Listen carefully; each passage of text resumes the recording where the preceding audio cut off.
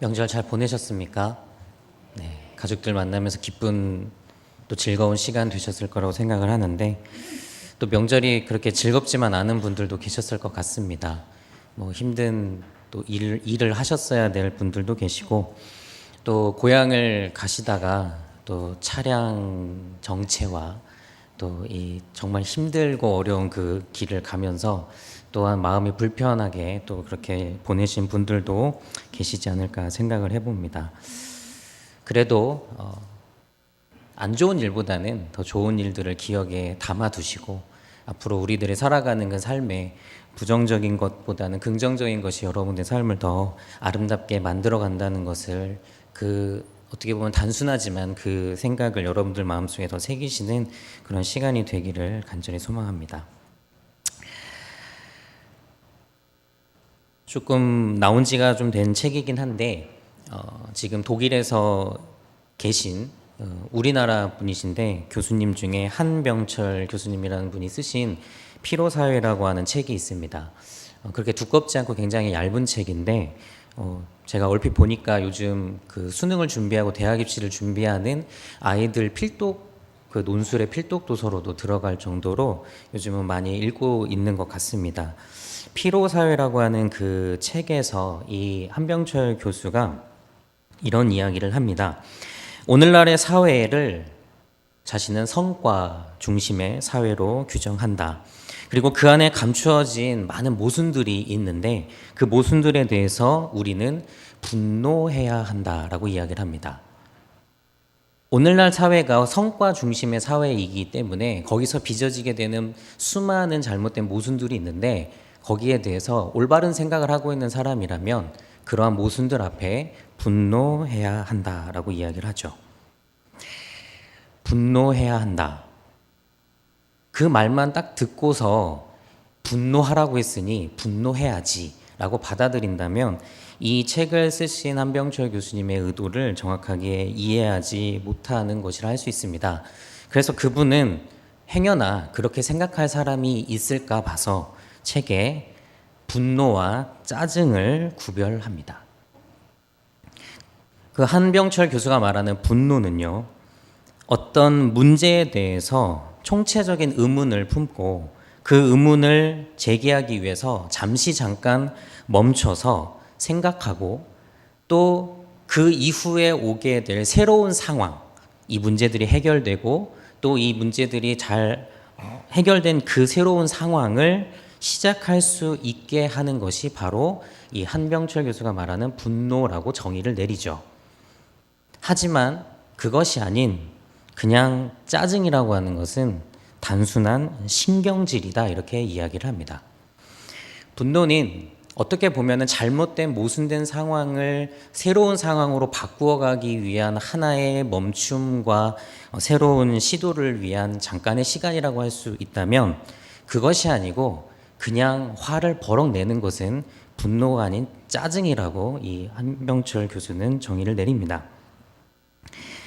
짜증은 깊게 생각하지 않은 곧 멈춤과 쉼이 전제되지 않은 아주 즉흥적이고도 말초적인 반응으로 어떠한 변화도 일으킬 수 없는 날 것 그대로의 감정이 바로 짜증이라고 얘기하죠. 우리가 보통 이야기하는 분노, 우리들이 말하는 분노, 그리고 어떻게 보면은 성경에서 이야기하고 있는 그 분노는 사실 짜증에 가까운 것이 더 많을 수 있습니다. 그냥 단순히 내 감정이 상해서 내가 그것을 참지 못해서 내뱉는 어떠한 일련의 신경질적인 감정의 반응, 그것이 바로 짜증이죠. 그것을 어떻게 보면 성경 안에서는 분노, 성냄, 화 이런 것들로 표현하고 있는 것 같습니다. 그래서 이 피로사회라고 하는 책에서 한병철 교수는 특별히 휴식과 멈춤을 강조합니다. 바쁘게 살아가는 성과 중심의 사회에서 이러한 짜증 넘치는 이러한 사람들의 그 틈바구니에서 살아갈 때 우리가 어떻게 이것을 극복하면서 살아갈 수 있을까? 그는 잠깐의 멈춤과 잠깐의 쉼을 강조합니다. 여러분 혹시 화병을 영어로 어떻게 하는지 알고 계십니까? 화병. 제가 여러분들의 영어 실력을 한번 테스트 한번 해보겠습니다. 화병을 영어로 뭐라고 할까요?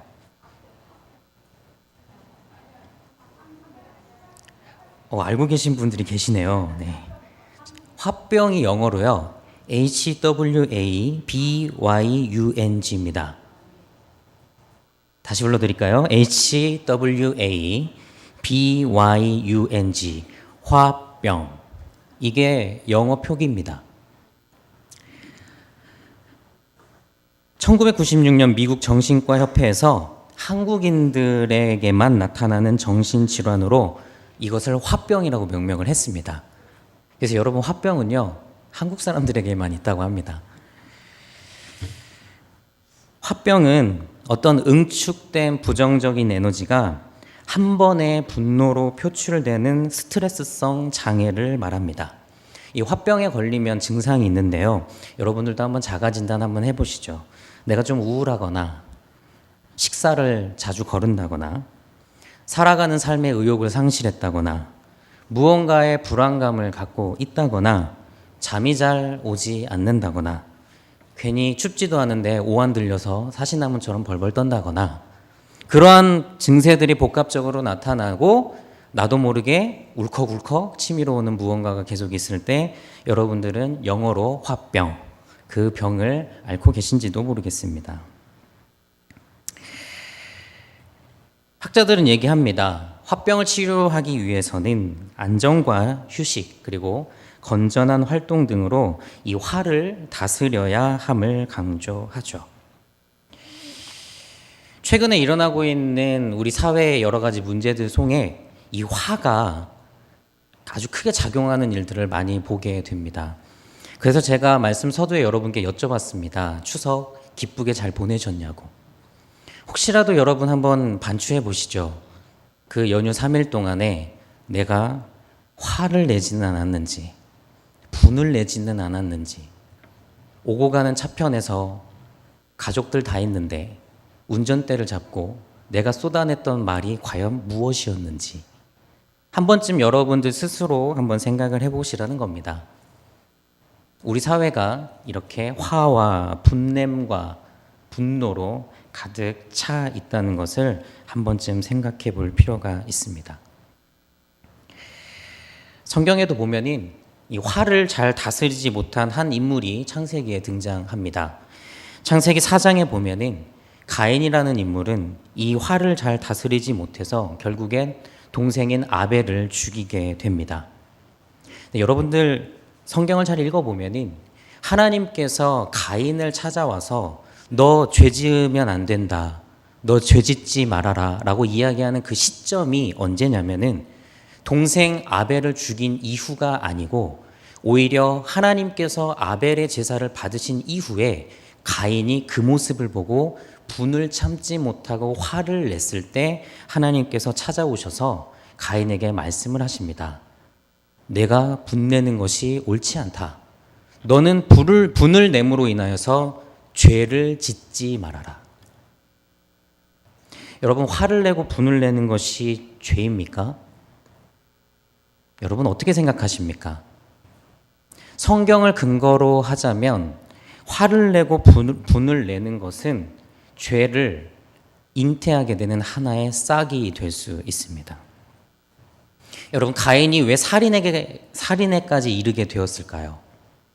그것은 그가 동생을 바라보면서 품었던 그 화가 문제가 됐습니다. 분을 내고 화를 내는데 그 분과 화를 해결할 방법이 없는 겁니다. 그래서 그는 급기야 돌을 들어서 어떻게 보면 홧김이죠. 홧김에 동생 아벨을 돌로 쳐서 죽이게 된 겁니다. 살인을 저질렀습니다. 근데 그 살인의 출발 지점이 바로 가인이 내었던 분냄과 성냄이었다라고 하는 겁니다. 요즘 TV를 보면 사건 사고 많이 일어납니다. 그 안에 일어나고 있는 여러 가지 사건 사고의 그 면면을 들여다보고 그 깊이 있게 그 사건들을 들여다보면은 그 화와 분을 참지 못해서 충동적으로 일어난 사건들이 많습니다. 화를 이기지 못해서 부모님이 살고 있는 집에다 불을 지릅니다. 가족끼리 서로 다투고요. 소송을 일으킵니다. 급기야는 가족이고 뭐고 다 필요 없습니다. 내 분을 참지 못해서 앞에 있는 상대방을 죽이기까지 하는 일들이 이제는 너무나 쉽게 일어나고 있는 것을 우리는 보게 됩니다. 가인에게서 일어났던 그 사건이 오늘날 우리가 살아가고 있는 이 사회 속에서도 동일하게 일어나고 있는 것이죠. 어떻게 보면 하나님께서는 가인이 아벨에게 할 수 있는 그 가장 최후의 가장 극악무도한 행동인 그 살인을 막기 위해서 그가 분을 품고 화를 내고 있는 그 시점에 나타나셔서 너 죄 지으면 안 된다. 그것이 죄인 것을 기억하여라 라고 하나님께서 미리 가인을 향하여서 말씀하셨는지도 모르겠습니다. 하지만 그것을 이겨내지 못하고 그것을 조절하지 못하고 그것을 극복하지 못한 가인은 동생 아벨을 죽이게 되었고 오늘날에도 그런 가인과 같은 분냄과 성냄의 결과물들은 계속적으로 일어나고 있는 것을 우리들은 심심찮게 볼 수 있습니다.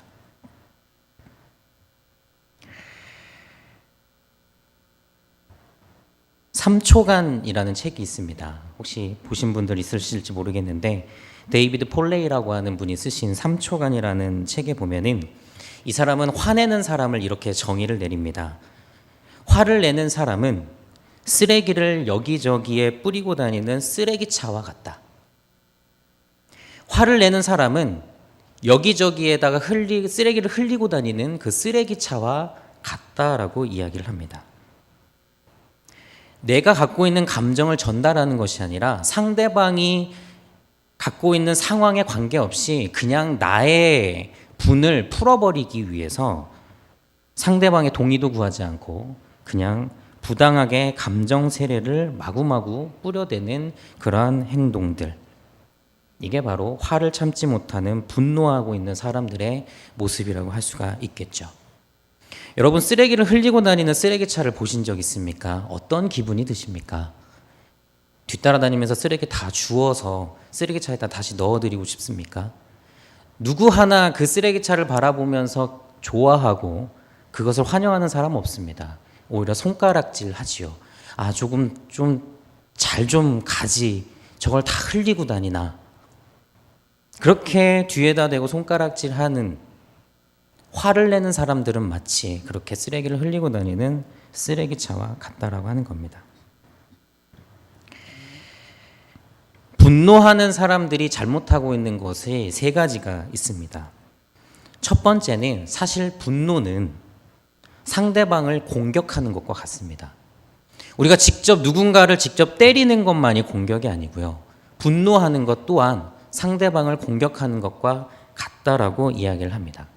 마태복음 5장 21절에서 26절에 보면은 예수님께서 상대방에게 향하여서 분을 내고 상대방을 저주하고 하는 그 일련의 것들을 어디에 비유하시냐면 살인에다가 비유를 하십니다.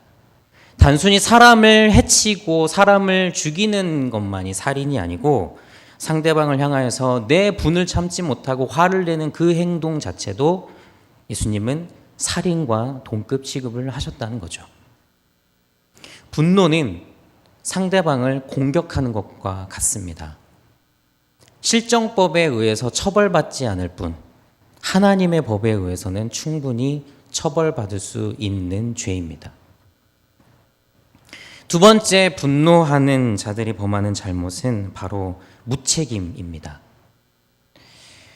사실 화를 내놓고요, 금방 잘못했다고 이야기하는 사람을 많이 보지는 못했습니다. 금방금방 잘못했다고 하는 분들도 간혹 계시기는 하지만 보통 화를 내신 분들은 본인이 부끄럽고 어떻게 보면 멋쩍어서 금방 그거를 잘못했다고 시인하는 경우가 별로 없습니다. 특별히 우리 남성분들이 좀 더 그게 심하시죠. 내가 화를 냈는데 미안하긴 합니다만 그것에 대해서 뭔가 좀 멋쩍고 하기 때문에 금방 그것을 잘못했다고 이야기를 하지 못합니다. 잘못하고 미안했다라고 말을 하면은 그게 책임적인 행동이 되는데 그러지 못했을 경우 상대방은 공격을 받았고 상처를 받았고 아픔을 안게 되는 거죠. 마치 아까 설명해드린 데이비드 폴레이가 얘기했던 쓰레기를 이리저리 다 흘려놓고 다니고 줍지 않고 치우지 않는 것과 같습니다. 이리저리 사람에게 감정적으로 상처만 내고 그거는 전혀 봉합하지 않고 그것을 전혀 책임지지 않는 그 무책임함을 분노하는 사람들은 가지고 있다는 겁니다. 그 무책임함이 결국에는 분노하는 자들의 잘못이라고 할 수 있습니다. 세 번째는 분노하는 자들은 결국 그 분노함으로 인하여서 자기를 파괴시킵니다. 내가 화를 쏟아내면은 상대방에게 쏟아내는 것처럼 보이지만 결국엔 그 화는 나에게로 돌아옵니다.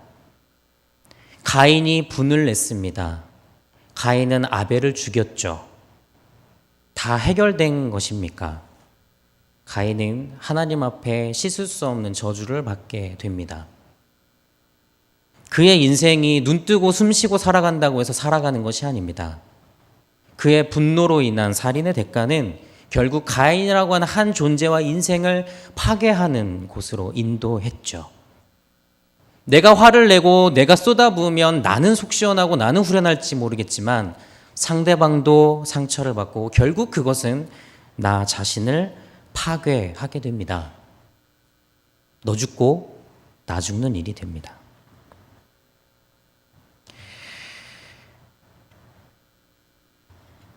사랑하는 성도 여러분, 오늘 말씀을 가만히 들여다보면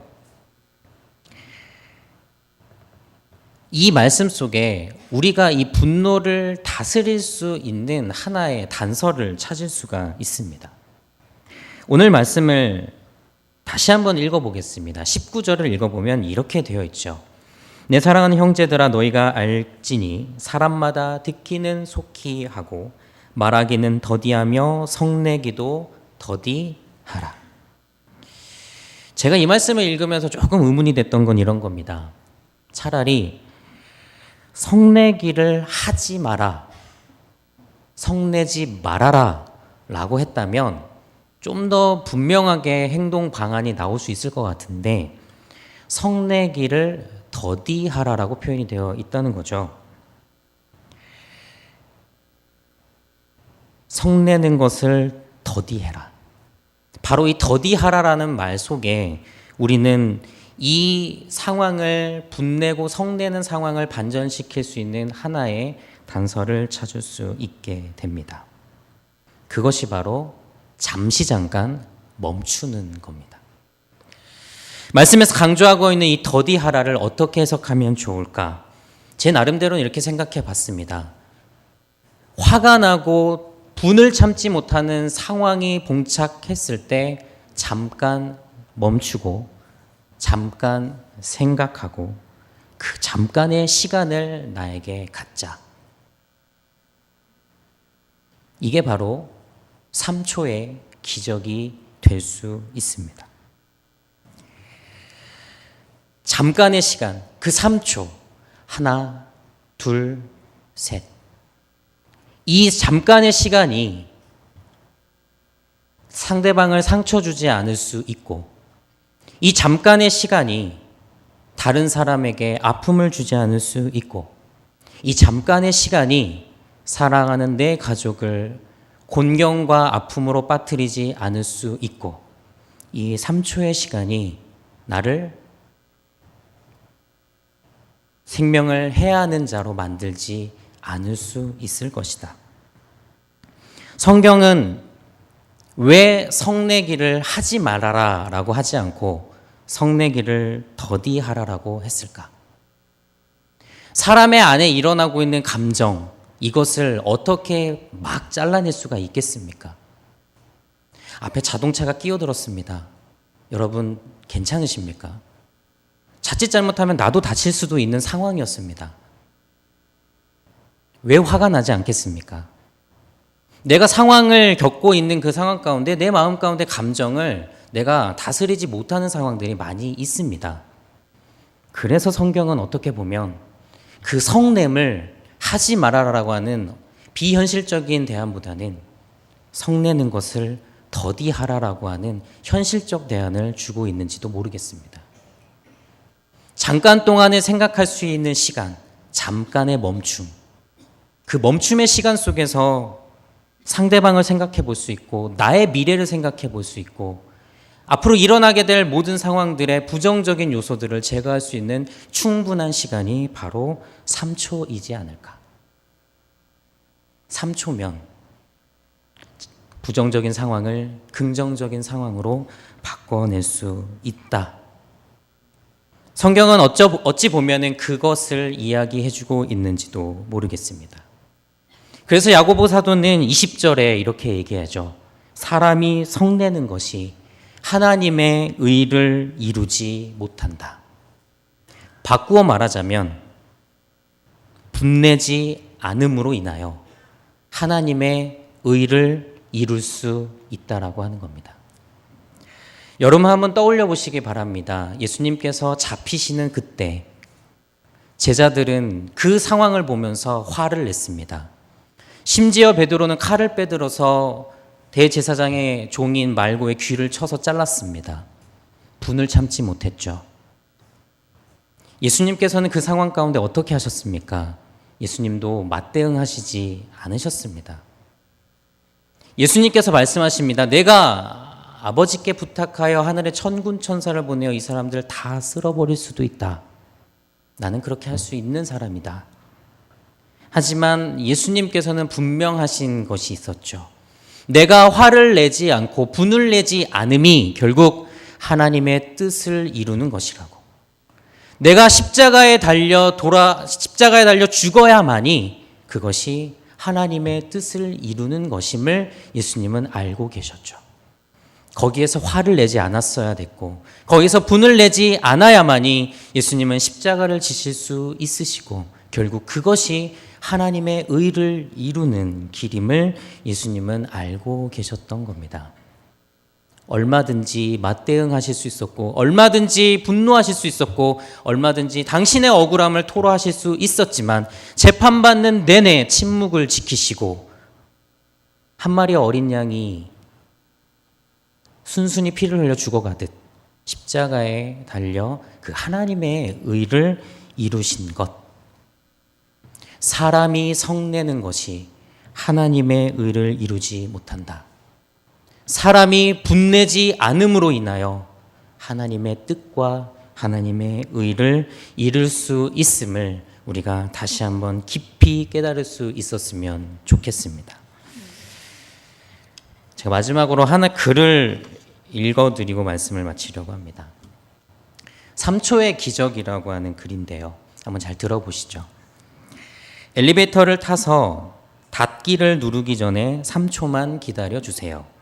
누군가 급히 오고 있을지 모르니까요. 출발 신호가 떨어졌는데도 앞차가 서 있다면 경적을 누르지 말고 3초만 기다려 주세요. 그 사람은 인생의 중요한 기로에서 갈등하고 있는지 모릅니다. 내 차 앞으로 끼어드는 차가 있으면 3초만 서서 기다려 주세요. 그 사람의 아내가 정말 아플지 모르잖아요. 친구와 헤어질 때 그의 뒷모습을 3초만 보고 있어 주세요. 혹시 그 친구가 가다가 뒤돌아봤을 때 웃어줄 수 있도록 말입니다. 길을 가다 뉴스에서 불행을 맞은 사람을 보면 잠시 눈을 감고 3초만 그들을 위해 기도해 주세요. 언젠가는 그들이 나를 위해 기꺼이 그러할 겁니다. 정말 화가 나서 참을 수 없다면 3초만 고개를 들어 넓은 하늘을 보세요. 내가 화낼 일이 보잘것없지 않습니까? 차창으로 고개를 내밀다 한 아이와 눈을 마주치면 3초만 그 아이에게 손을 흔들어 주세요. 그 아이가 크면 분명 내 아이에게도 그러할 겁니다. 아이가 잘못을 저질러 울상을 하고 있을 때 3초만 말없이 웃어주세요. 잘못을 뉘우치며 내 품으로 달려올지 모릅니다. 여기에서 두 구절이 오늘 설교와 좀 가깝게 느껴집니다. 정말 화가 나서 참을 수 없다면 3초만 고개를 들어서 넓은 하늘을 보자. 내가 화낼 일이 정말 보잘것없지 않겠는가? 내 아이가 잘못을 저질러서 울상을 짓고 있을 때 3초만 말없이 웃어주자. 그 3초의 시간 안에 아이가 잘못을 뉘우치고 내 품으로 달려올지도 모른다. 아이가 잘못을 했는데요. 3초를 기다려주지 못하고 버럭 화를 냈을 때 상황은 어떻게 될지 모릅니다. 그 3초를 기다려주고 웃어주고 용서의 제스처를 취했을 때 아이가 달려와 뉘우치며 울며 잘못했다 얘기할지 어떻게 알겠습니까? 사랑하는 성도 여러분, 분노하는 것 하나님의 의를 이루지 못합니다. 내 상황 속에서 내가 하나님의 은혜를 입은 자로 살아간다면 다시 한번 나를 되돌아보고 그 분냄이 결국엔 하나님 앞에 득죄하는 일이 될 수 있음을 기억하는 그 믿음의 자세가 우리들에게 필요할 줄 믿습니다. 잠시만 기다리면, 잠깐만 멈추고 잠깐만 생각하면 그렇게 화낼 일이 아닐 수도 있습니다. 분노할 일이 아닐 수 있습니다. 그런데 그것을 참지 못하고 그것을 기다리지 못함으로 우리 사회와 우리들의 관계들이 얼마나 많이 깨어지고 있는지 안타까울 뿐입니다. 사랑하는 영남교회 성도 여러분, 우리 공동체 안에는 정말 사랑과 웃음이 끊이지 않기를 간절히 부탁을 드립니다. 서로가 서로에게 더욱더 사랑하는 모습과 이해하는 모습을 보여준다면 이 영남교회 안에 참된 하나님의 의가 이루어지는 아름다운 천국이 될 수 있을 거라 믿습니다. 여러분들의 삶 가운데 그러한 은혜가 함께하기를 주님의 이름으로 부탁을 드립니다. 다 같이 기도하겠습니다. 사랑하는 하나님,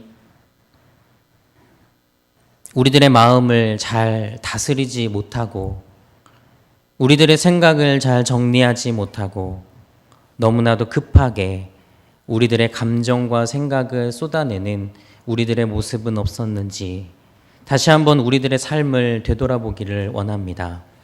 조금만 멈추고 잠시만 생각하면 그렇게 분내고 화낼 일이 아니었는데 우리들의 그 실수와 우리들의 부족함을 주님 용서하여 주옵소서.